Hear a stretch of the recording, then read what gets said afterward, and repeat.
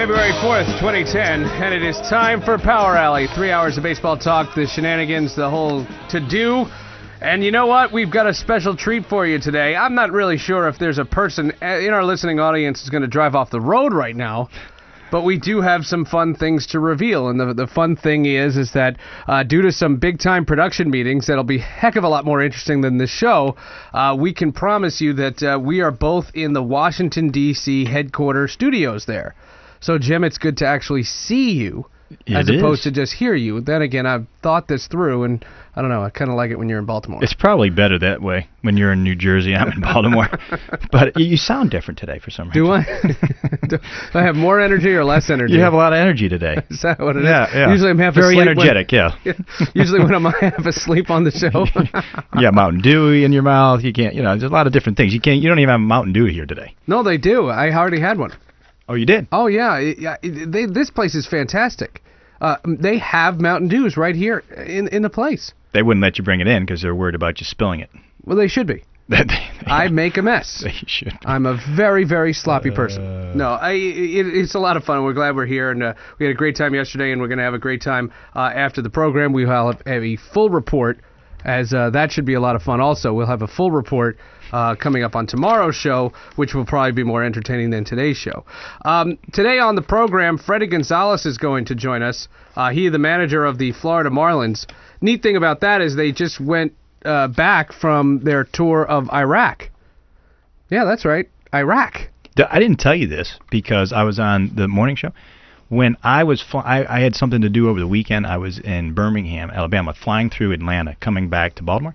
Okay. I saw Freddie Gonzalez in the airport. No way. On his way to Iraq.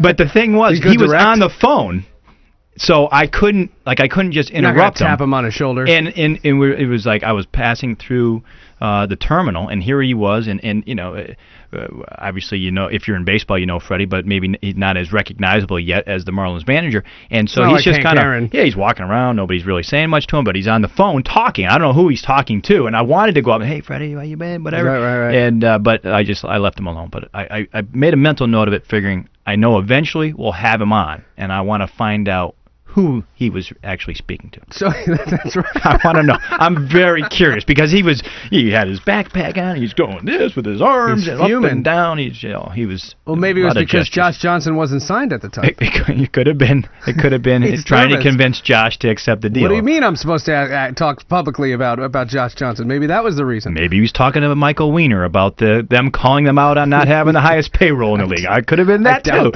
You don't think they were?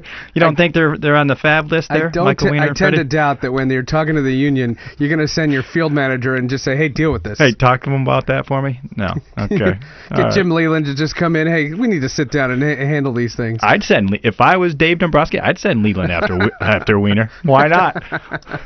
Well, and the neat part about it is that so he was flying to meet somebody, to meet the tour that was going to Iraq. Yeah, there wasn't a connecting flight from Atlanta direct to Baghdad. You're walking, you see Lexington, Kentucky, and then West Palm Beach, Orlando, Baghdad.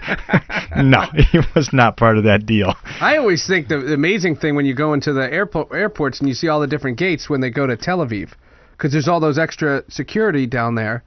And the obvious question is, why don't they have that security at all the gates? At every international gate. And maybe we'd have less incidents. But, that's not our goal. Like in Amsterdam. You think they should have security in Amsterdam? Amsterdam. Just throwing out a random city. Very nice, very nice. Doug Glanville will join us later on today. That should be a lot of fun. And Adam Everett, speaking of the Detroit Tigers, Adam Everett, he was a regular last year, and he's going to be part of our program this year. The Tigers shortstop. And the Tigers are in the news, having agreed to this deal with Justin Verlander. Could get announced today. Probably, just knowing our luck, won't get announced during Power Alley. The one thing that you can look at from Verlander's standpoint is it's the kind of contract where now he gets assumed number one responsibilities. That's not to say he didn't have them before, but people perceive him a little differently. Anytime you have that kind of contract, the biggest fear that you have as a GM or as an executive when a guy like this signs a contract is now he's going to try to live up to it. And rather than just, some guys, here's the other thing that used to bother me. You got a guy who has never had a long-term contract. He says, I feel I'm now relaxed. I don't have to worry about it. Oh, you know what? I would rather you have the edge that you had last year when you put up 30 home runs and 100 RBIs, as an example, or when you were throwing 240 innings.